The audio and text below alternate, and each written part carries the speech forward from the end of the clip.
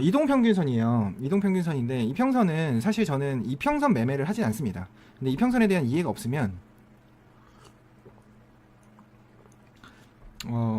추세를 보기가 어렵죠. 그래서 제가 이동평균선 교육을 좀 준비를 했고요. 이동평균선이란 이제 단순 이동평균선, 뭐 지수 이동평균선, 뭐 가중치 이동평균선 다양한 게 있지만 단순 이동평균만 저는 봅니다. 그래서 여러분께서 뭐 다양한 이평선을 보셔도 되지만 가장 중요한 건 이평선을 보는 이유는 전 세계 투자자들이 쓰기 때문인데 그 중에서 전 세계 투자자의 뭐 60% 70% 이상이 단순 이동평균을 보기 때문에 그걸 보는 거예요. 여러분이 항상 뭔가를 생각하실 때는 사람들이 많이 쓰는 걸 보셔야 돼요. 그리고 그걸 해석해야 돼요. 그걸 믿으라는 게 아닙니다. 사람들이 일반적으로 많이 쓰는 거를 주로 쓰고 그거를 다양한 각도로 해석하는 게 굉장히 중요하다. 그래서 뭐 1분봉이나 60분봉에서 20개 20 이동평균선, 요거는 1분봉을 20개 모아놨거나 60분봉 1시간봉을 20개 모아놓은 것을 그 전에 이동평균선 가격의 선으로 이은 거죠.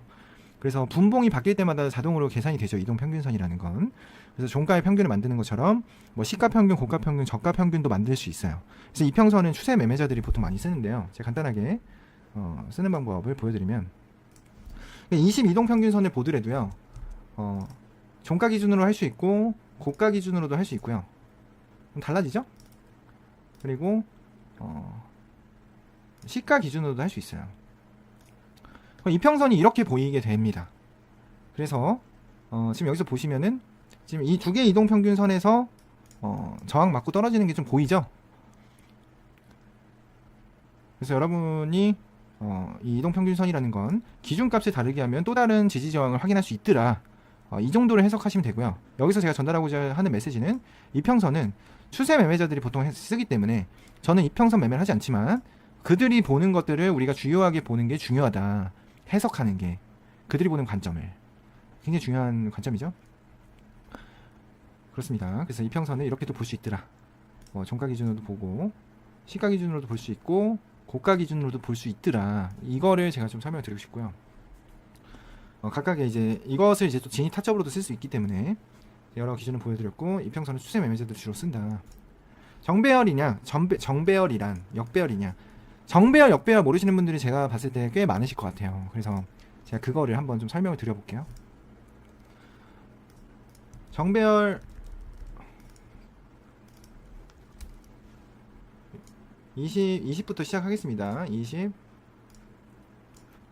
그리고 하나는 이제 120 20, 60, 120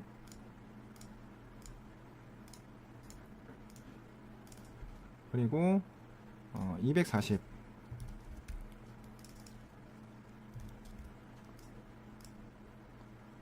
240 그리고 480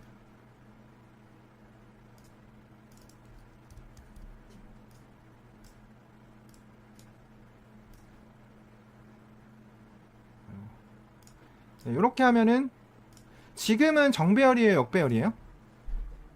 지금은 정배열이에요, 역배열이에요?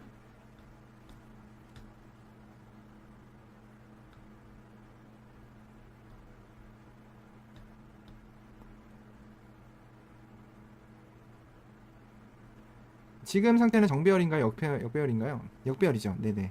역배열이죠. 역배열이 뭐냐? 역배열은 뭐냐?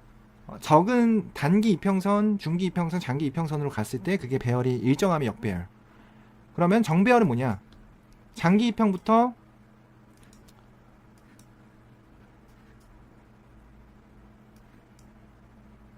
요런 게 이제 지금 요런 구간이 정배열이죠. 20, 60, 120, 240, 480 이렇게 단기가 기간이 있는 거. 그러면 정배열일 때는 낮은 기간 이동평균선, 높은 기간 이동평균선 우상향하는 거, 그리고 낮은 기간 이동평균선, 높은 기간 이동평균선 순서대로 우양하는 거를 정배열, 역배열이라고 하는데, 정배열일 때는 기본적으로 지지받는다고 생각한다. 이게 이제 추세 추종 매매 하시는 분들이 이렇게 하죠. 그리고 정배열에서는 매수 진입을 우선적으로 생각하는 거고요. 역배열에서는 매도 진입을 우선적으로 생각하는 거예요. 그래서 우상향 이동평균선에서는 캔들이 이평선을 하향 돌파하면 이제 추세 반전이라고 보고,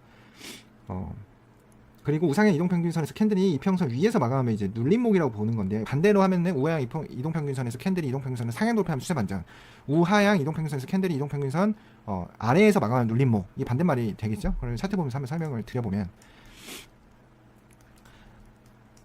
이런 정배열 구간에서는 매수만 잡는다는 거예요. 이런 정배열일 땐, 이런 정배열에서는 매수만 잡는다는 겁니다. 그러면은 내가 만약에 이 구간에서 지금 차트를 보고 있어요. 세로줄 제가 이 구간에서 보고 있어요. 그러면 저는 이때에 매수만을 생각하는 게 이제 추세 추종 매매인 거예요. 이때 내가 매도 쳐서 2평까지 먹어야지가 이제 그 역추세 매매 하시는 분들이 보통 그렇게 하는 거고요. 그리고 나는 여기서부터는 그냥 매수만 생각하는 게 추세 추종 매매예요. 그러면 보통 이제 이런 눌림에서 잡는 거죠. 이평선 눌림에서. 얘는 우상 정배열이니까 이평 눌림에서 매수 잡는 게 이평선 매매입니다. 그리고 뭐 이런 60선까지 지지를 받을 거라고 생각해서 잡는 게 또 이평선 매매예요. 그리고 이번에 이평 60까지 뚫어줬다가 또 뚫었으면 그 다음은 여기까지 온다고 생각을 해야겠죠. 120선까지 왔을 때 잡으면. 이런 구간은 그냥 이거는 어떤 단순한 기술적 분석의 매매에 근거해서 120선 겹치고 WB 중에 원B 겹치잖아요. 그러면 이때는 매수를 잡아서 먹어볼 수 있는 거죠. 완전히 되돌릴 거라는 생각은 사실 이 부분에서는 청산을 해줘야 돼요. 항상 저항에서는. 이게 이제 이평선 매매의 기본이고요. 역배열로 가서 보면, 지금 역배열이니까, 역배열일 때는 이렇게 이평선에서 캔들이 뭐 22평에서 잡았으니까 매도 때리는 거예요. 이평선 매매 한다는 건. 볼린저 끄고 얘기해 볼게요. 이런 이평 매매를 하시는 분들은 우하향일 때 이평 다음에 매도, 이런 우하향일 때 얘도 우하향이죠. 여기서 매도 잡았는데 안 내려가. 여기서 한 번 더 잡는 거예요. 이렇게 해서 뭐 청산을 하거나, 여기까지 또 왔네. 그럼 여기까지 한 번 더 잡거나, 계속 이평마다 매매를 하는 게 이제 정배열 매매입니다. 여기서도 마찬가지고, 우상향 할 때 이평에서 매수 잡아서 먹고, 그리고 뭐 이런 60선까지 오면 잡을 수 있는데, 여기서도 한번 잡았다가 밀렸어. 여기서 한번 잡고, 이런 식으로 할 수 있는 거죠. 그러면 우리는 이제 이게 이평 매매의 좀 기본이에요. 지금까지 말씀드린 게 이평 매매 기본입니다. 네네. 지금까지 말씀드린 게 이평에서 기본이에요. 그러면 지금 제가 아까 만약에 하향 돌파하면 추세 반전을 전망할 수 있다. 지금 하향 돌파했죠? 그러면 여기서 매수 기회가 올 거라고 생각할 수도 있겠지만, 지금 얘는 한 번에 여기 뚫어줬잖아요. 한 번에 뚫어줬죠. 굉장히 강력하다는 거거든요. 추세 반전을 노리고 있는 거죠. 그러면 우리는 이렇게 겹치는 구간에서 매도를 때릴 수가 있는 거죠. 겹치는 구간. 얘는 겹치는 구간 아니네요. 또 겹치는 구간, 이런 데서 매도를 때려볼 수 있는 거죠.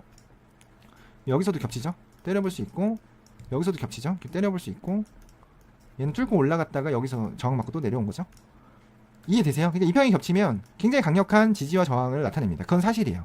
이평 매매를 제가 안 하지만, 이평이 몰려 있거나 겹쳐 있으면 굉장히 강력한 지지나 저항이 된다는 건 저도 무조건 참고하는 정보예요. 그래서 여러분도 이평선을 가지고 중요하게 매매를 하겠다고 하시면, 이평선이 겹친 구간을 찾는 게 중요하고요. 이평을 하향 돌파했는지를 참고하는 게 중요하고, 정배열, 역배열을 참고하는 게 중요하다. 네. 그래서 기본적으로 지지받는다는 생각을 한다. 이게 이평선 매매 기본. 정배열, 역배열, 매수, 매도. 우상에서 하향 돌파하면 추세 반전을 예상하면서 매매해야 된다. 그리고 우하향일 때는 위에서 마감하면 눌림, 이평선에 붙어서 마감했다는 뜻이죠. 그러면 이제 김직선은 사실 남들과 완전히 다르게 생각하는 거를 주로 매매 아이디어로 사용하죠, 저는. 그래서 저는 기본적으로 이평선이 깨진다고 생각하고 매매를 합니다.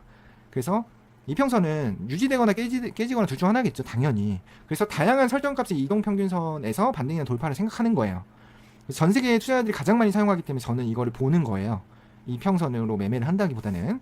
그래서 투자 심리를 해석하기 가장 좋은 도구가 사실 캔들과 이평선인데, 투자 심리 어떻게 해봐요? 투자 심리 어떻게 볼까요? 얘 장기 이평, 얘가 480이거든요.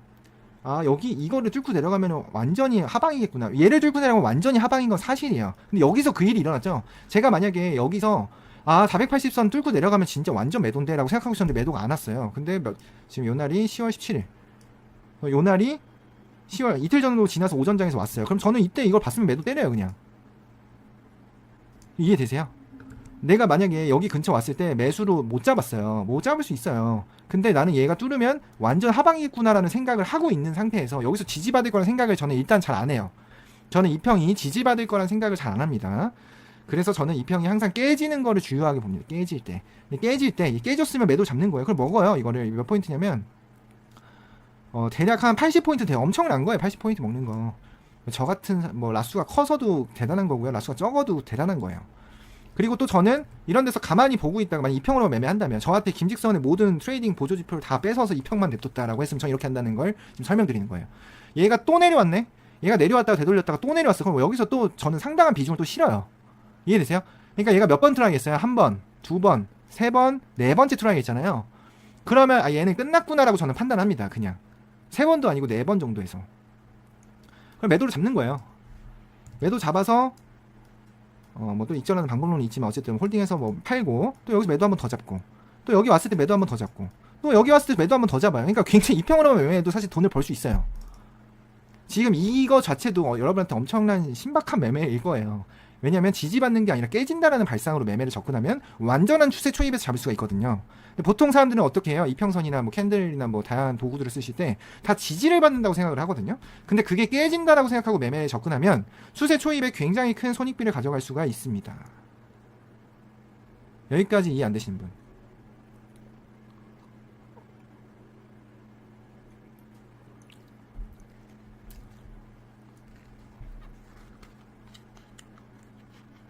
네. 네네. 그러니까 역발상 투자자랑 추세 추정 투자자가 사실 다르다고 생각하지만 사실 저는 어느 정도 경지에 가면 같아진다라고 생각을 해요. 추세 추종하는 사람들도요. 추세가 바뀌는 걸 항상 염두에 두고 매매를 해요. 왜냐면 추세를 매매하는 애들이니까. 근데 이평하는 사람들이 좀 되게 안타까운 거는 뭐냐면 항상 지지만을 생각해요. 그게 깨졌을 때를 생각을 안 해요. 이거 굉장히 중요한 말이에요. 많은 분들이 지지로 생각을 많이 해요. 근데 깨진다라는 관점 하나만 추가해도 완전히 손익이 달라집니다. 네, 많은 강의 들어보면 처음 들어본다. 왜냐면 관점이 다르니까. 네네네. 관점이 다르기 때문이에요. 그러니까 하루에 1억을 버는 트레이더를 들어보신 적이 없으시잖아요. 그러니까 다르죠. 그러니까 다르죠. 제가 토요일날 이거 왜 하고 있을까? 내가 갑자기 생각이 드는데 나 이거 왜 하고 있지? 잠깐만. 여러분이 다 10억씩 트레이더, 10억 트레이더가 돼야 되기 때문이에요. 제가 이거 하는 이유는 하나입니다. 네. 그러니까 이게 재밌는 게 뭐냐면 사람들은 지지저항이란 말을 쓰는데 그 둘 다 뭐냐면 이평선에서 작동한다는 걸 내포하고 있거든요. 지지저항이라는 개념이. 근데 지지저항이 깨진다는 개념 하나만 추가해도 완전히 달라진다는 거. 세상이 달라지게 보인다. 네, 세상이 달라집니다. 깨진다라고 생각하세요. 그냥 무조건 깨진다. 이평선은 깨지는구나. 그냥. 근데 깨진다를 어느 때부터 생각하라고? 네 번째 정도 됐을 때부터 깨진다라고 생각하세요. 그때는 빼박입니다. 빼박 캔트라고 그러죠. 무조건 깨집니다. 그래서 이평선이 보통 유지된다고 매매를 많이 하는데 깨진다고 생각을 해라. 다양한 설정값의 이평선을 보면 다양한 타점들이 보이실 거예요. 그래서 전 세계 투자자들이 가장 많이 사용하는 도구가 캔들과 이평선이기 때문에 투자 심리로 해석하는 게 가장 좋은 도구다. 그러니까 이게 왜 그러냐면 이게 뭐냐, 투자 심리 어떻게 해석하냐면 여기서 이거 깨잖아요. 그러면 정말 많은 트레이더들이 절망감을 갖고 끝났네 하면서 이제 매도 때린다는 거예요. 이거 정말입니다. 저게 여기서 끝까지 버티다가 여기서 고점 물린 애들이 있을 거 아니에요. 여기서 잡았다가 추세 추종으로 잡았다가 잡아 또 안 가 막 이러다가 끝까지 왔던 애들이 이거 끝나면 이제 끝났다라고 판단하고 그냥 들어간다는 거예요. 그리고 이런 데서 사람들이 그래도 이거는 못 넘기지 않을까, 뭐 이제 이거 오버나잇 갭이 있잖아요. 이거 오버나잇에서 매도한 건데 저런 데서 저런 심리가 나온다는 걸 인지한다는 거예요. 그래서 아까 누가 자꾸 말씀하시는 게 이평에서 매도해야 되는구나, 저항에서 매도해, 그게 이 말이에요. 여기서 그냥 매도를 던져버리니까 다른 트레이더들이 내가 굳이 리스크를 감당할 필요는 없잖아요. 걔네 물량을 내가 받아줄 필요는 없잖아요. 그러니까 그냥 일단 팔고 보는 거예요. 네. 그리고 얘가 나는 또 저항 맞을 거라고 생각하는 게 일반적인 추세 추종 매매겠죠. 하지만 깨질 것이다 라는 생각을 하는 거죠. 깨질 것이다 라고 들어가는 거죠. 네, 이렇게 좀 설명드렸고요.